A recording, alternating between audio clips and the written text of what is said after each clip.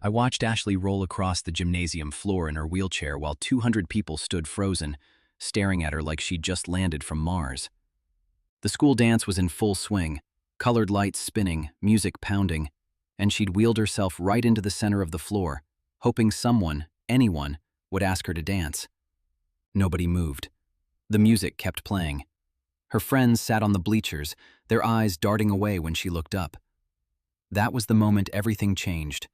Not because of what happened next in that gymnasium, but because of what happened the following Monday, when a boy nobody expected stepped into her orbit and decided the rules didn't apply to him. But let me back up because you need to understand what Ashley's life looked like before that night. Before the dance. Before him. Ashley Matthews had always been the girl who made things happen. That's what her mom, Karen, told anyone who would listen. Before the accident, that's how everyone in the neighborhood referred to it. Always the accident, never the specifics. Ashley had been a cheerleader, a straight-A student, the kind of kid who seemed to glow from inside. She had plans. Actual, written-down plans. Yale. Then law school. Then changing the world, or at least her corner of it. The Matthews family lived in a neat two-story colonial on Maple Street, the kind of suburb where everyone knew your business and pretended not to.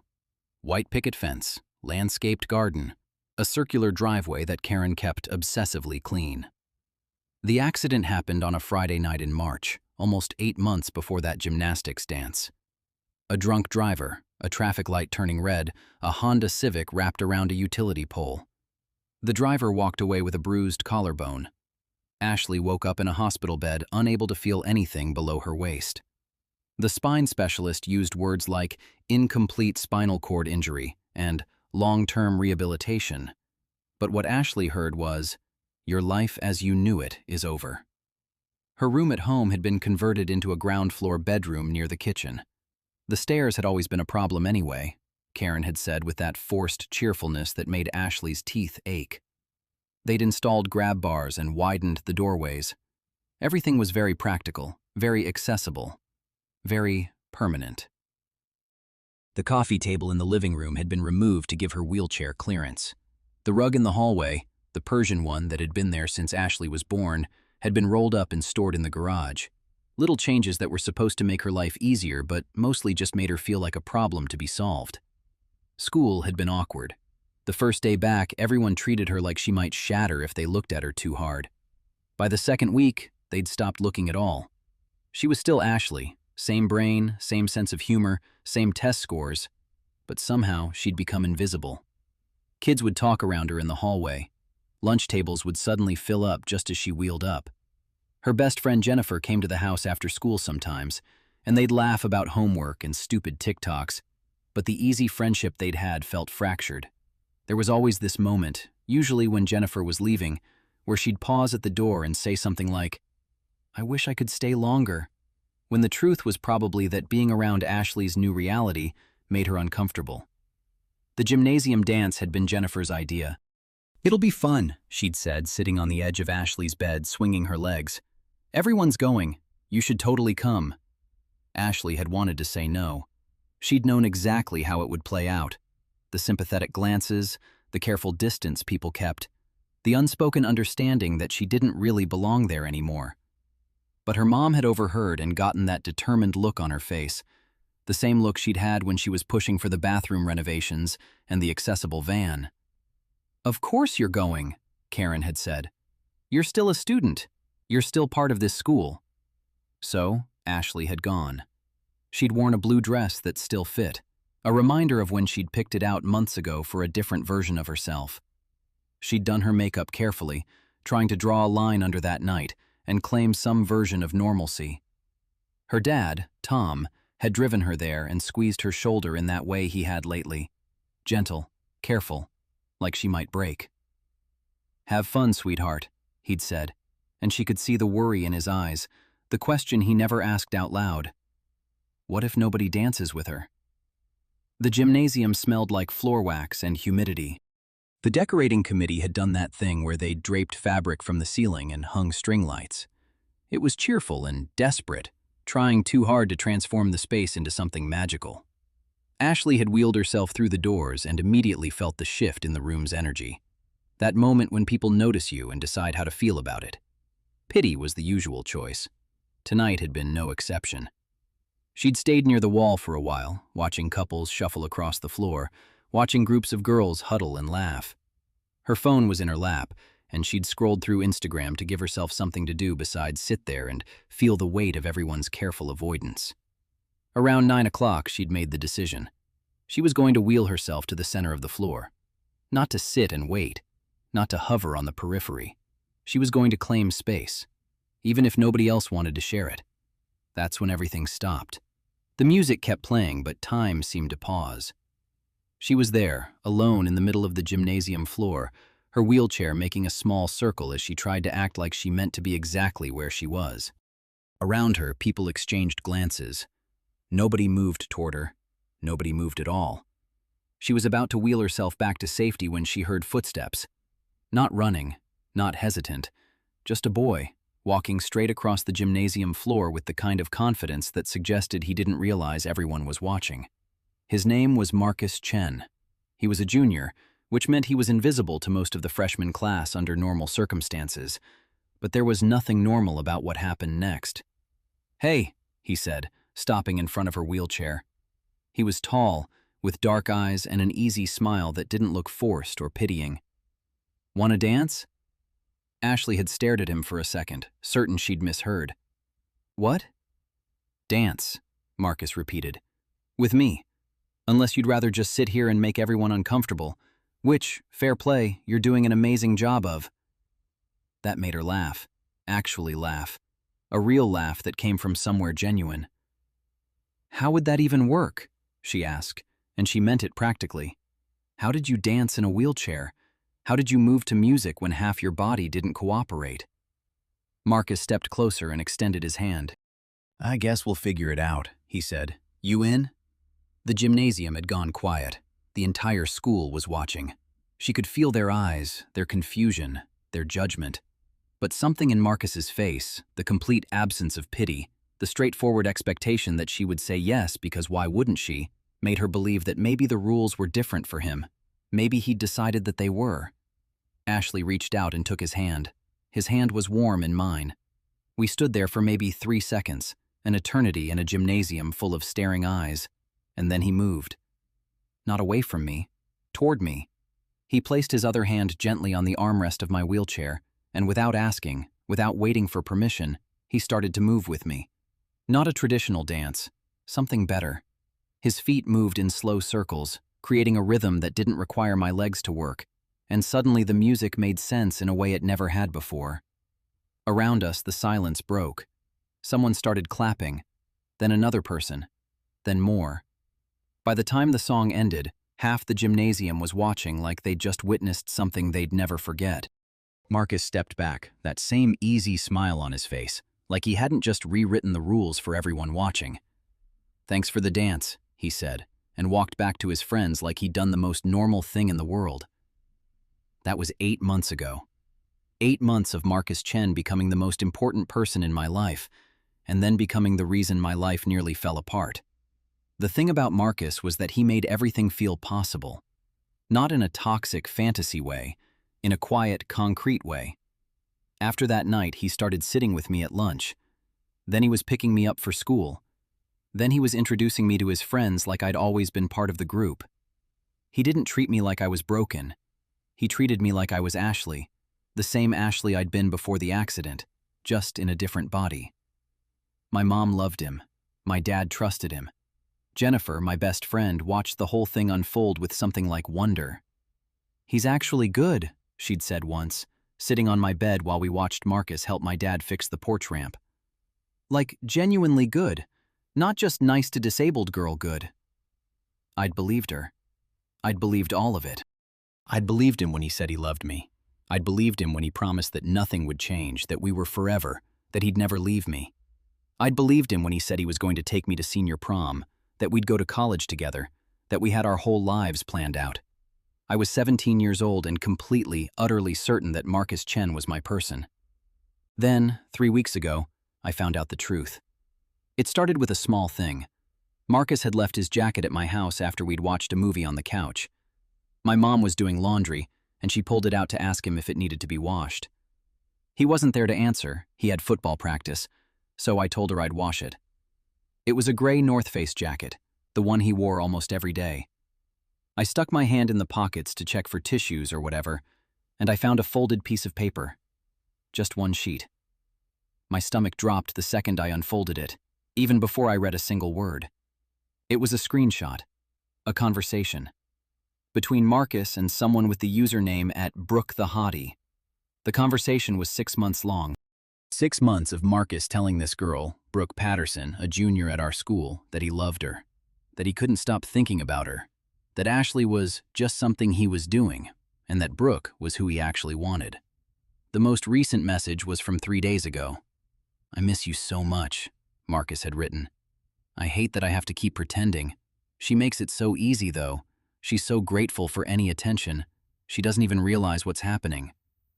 I don't remember sitting down, but I was suddenly on the floor of my room with the paper crumpled in my fist. My hands were shaking so hard I could barely read the words.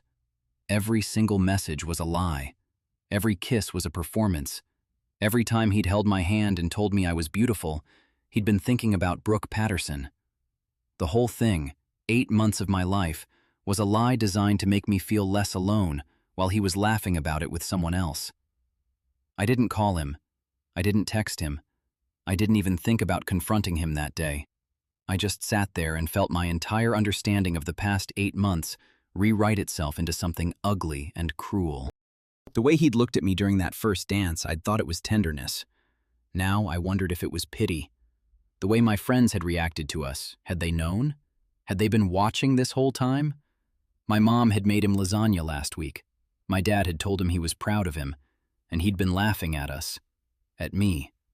By the time Marcus came over the next afternoon, I'd read the screenshots 100 times. I'd called my mom into my room and shown her. I'd shown Jennifer. I'd sat in my wheelchair and tried to figure out how to survive this. My mom wanted to call his parents immediately. Jennifer wanted to slash his tires. I just wanted to understand how someone could be so cruel.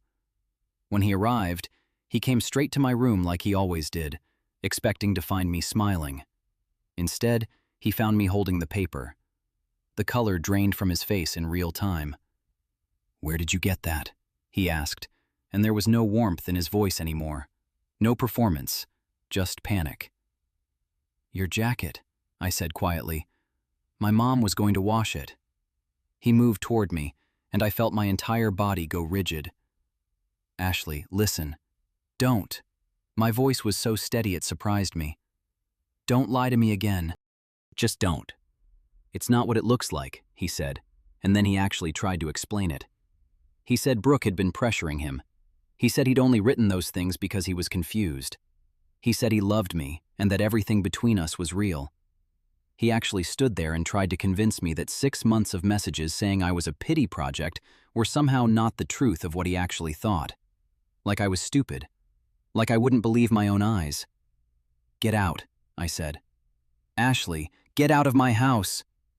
My mom appeared in the doorway then, and something in her face must have told Marcus that the jig was up, because he left. He tried to message me that night. He tried to call. He tried showing up at school the next day, and when I refused to talk to him, he started telling people that I was being crazy, that I'd misunderstood his conversation with Brooke, that I was too emotional to see reason. He told people that he'd only dated me because he felt sorry for me. He told people that I should be grateful he'd given me the time of day. That's when it got worse. The rumors started spreading through school like wildfire. People who'd been nice to me suddenly weren't. Brooke started wearing his football jersey to school, walking down the hallway with her hand on his back like she'd won something. My lunch table got quieter. Comments started appearing on my Instagram. One girl, Jessica Romano, who I'd never even spoken to, posted a story saying, "Some girls really need to know their lane. Cute how she thought he actually liked her, LOL." It got 300 likes before the school made her take it down. I stopped eating lunch in the cafeteria. I started taking a different route between classes. I stopped going to pep rallies and football games.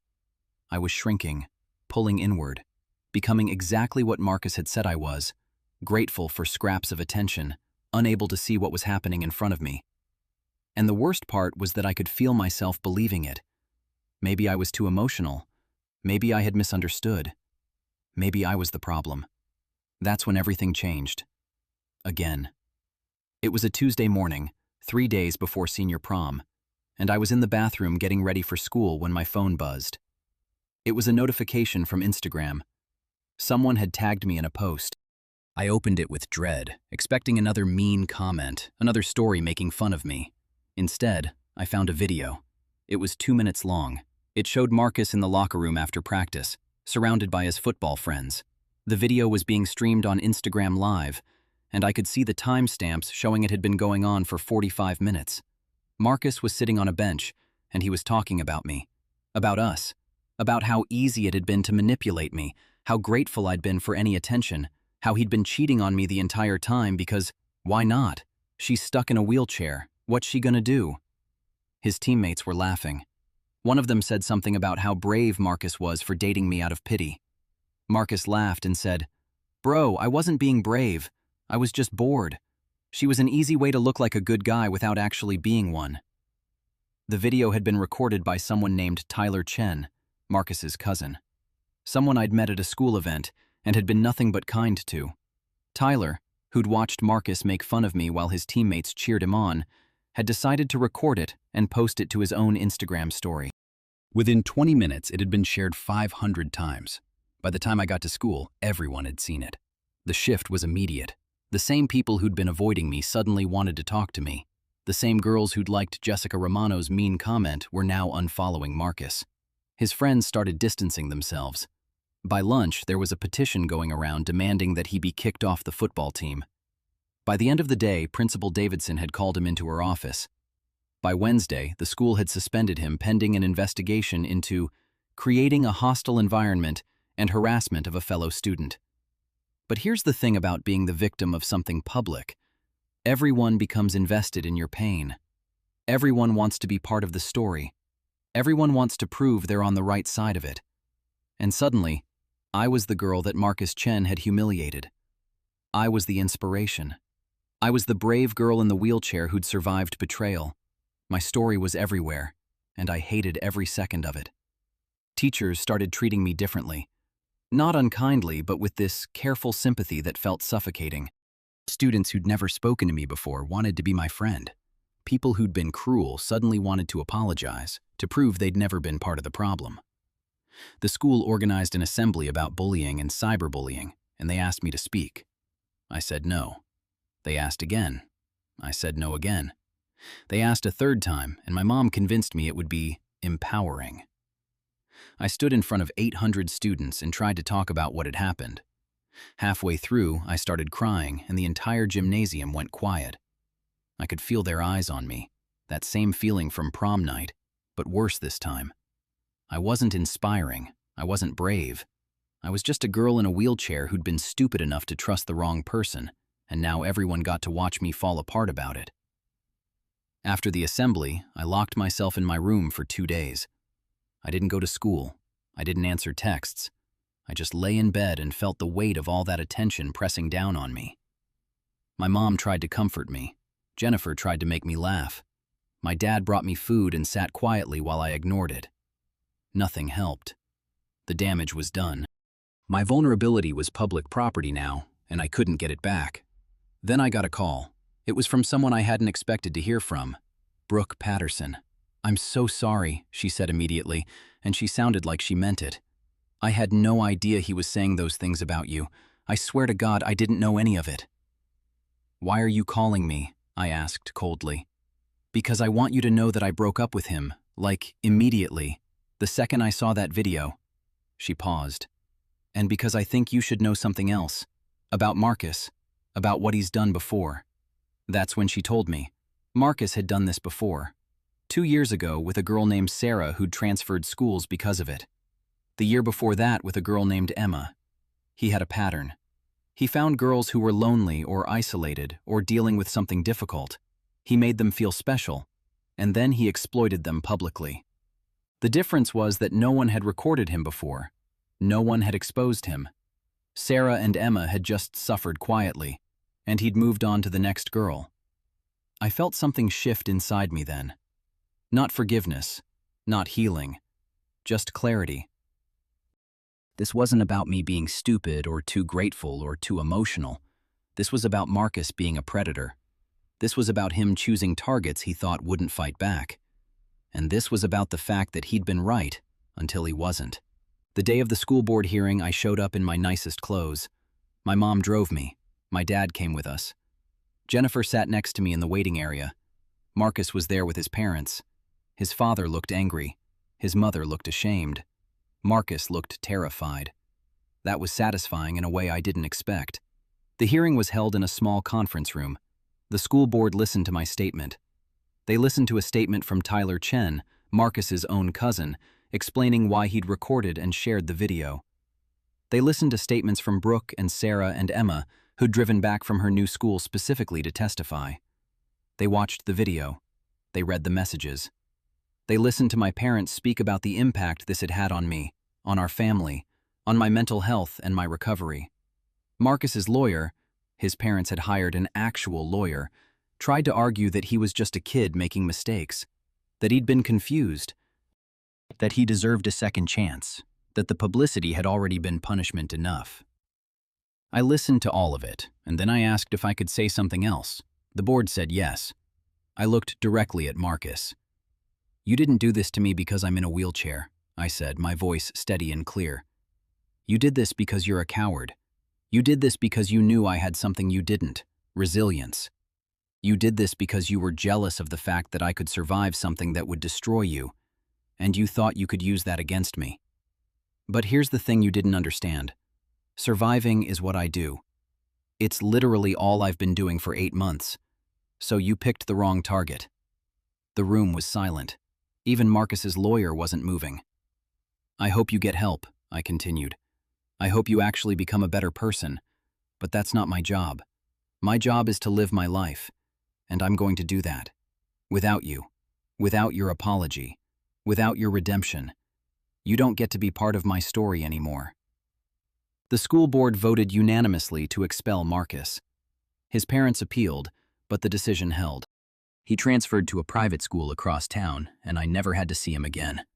6 months later, I was sitting in my wheelchair at the bleachers during a football game.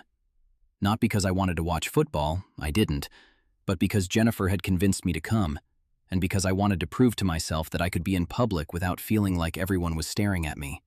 The game was in the third quarter when someone sat down next to me. It was Tyler Chen, the cousin who'd recorded the video. "Hey," he said, "just wanted to check in. How are you doing?"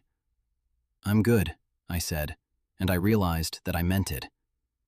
"I'm actually really good." "That's cool," Tyler said. "I'm glad. And I wanted to say, I know this might sound weird, but I'm sorry that I didn't speak up earlier. Like, before I recorded the video. If I'd said something then, maybe he wouldn't have kept going. I thought about that. About the weight of responsibility we place on bystanders. About the fact that it's not their job to save us. You did the right thing, I said. You exposed him. That's what mattered. Tyler nodded.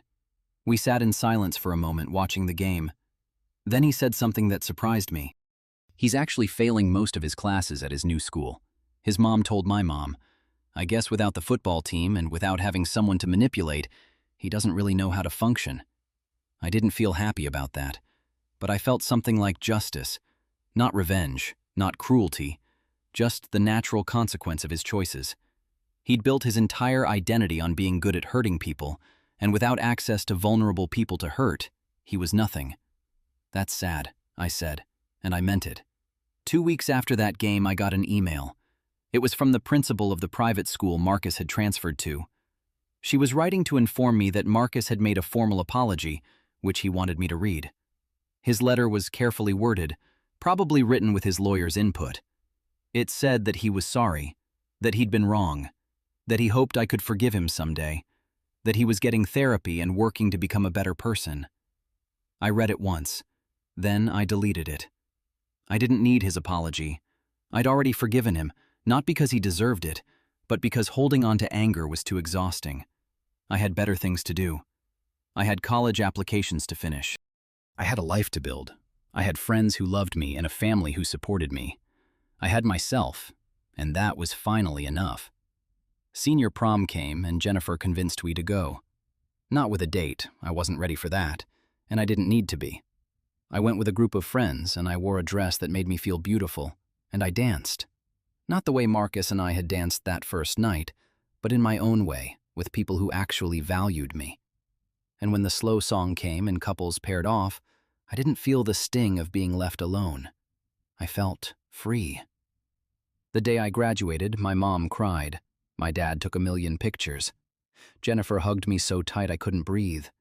And I walked across that stage in my wheelchair, and I didn't feel like I was overcoming anything. I felt like I was just living, like I was just Ashley, like I'd always been enough. A year later, I was sitting in my dorm room at UCLA, working on an essay for my English class, when my phone buzzed. It was a message from Brooke Patterson. She'd gotten my number from Jennifer, and she wanted to meet up for coffee when I was home for Thanksgiving. We met at a cafe near my house, and she told me that she'd decided to become an advocate for survivors of relationship abuse. She'd written about her experience with Marcus.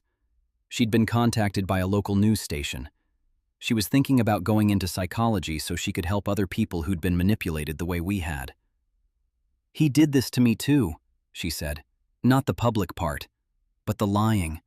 The feeling like I was stupid, like I should have known. But talking to you about it and seeing how you handled it, it changed my perspective.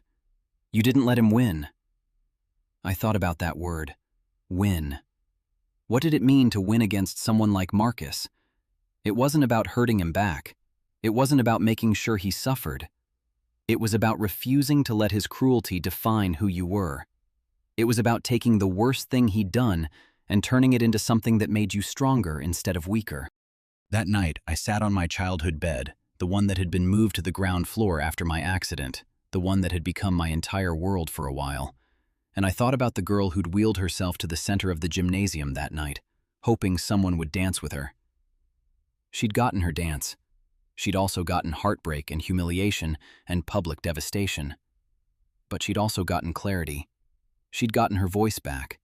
She'd gotten herself back. I looked at my phone, at all the messages from people who'd supported me, and I felt something I hadn't felt in a long time. Gratitude. Not for Marcus, never for Marcus, but for everyone who'd shown up for me when it mattered. For Tyler, who'd had the courage to expose the truth. For Brooke, who'd chosen to do better. For my parents, who'd believed me. For Jennifer, who'd been there through everything. For myself, for surviving it all. I closed my laptop and looked out the window at the California sunset. Tomorrow, I'd go back to school. I'd keep working toward my law degree. I'd keep building the life I'd planned before the accident, and then the life I'd had to rebuild after it. And I'd do it all knowing that nothing, not an accident, not a betrayal, not public humiliation, could take away who I fundamentally was. The wheelchair was part of my story, but it wasn't my whole story. Marcus had been part of my story for 8 months, but he was never going to be the main character. I was. And that, finally, was enough.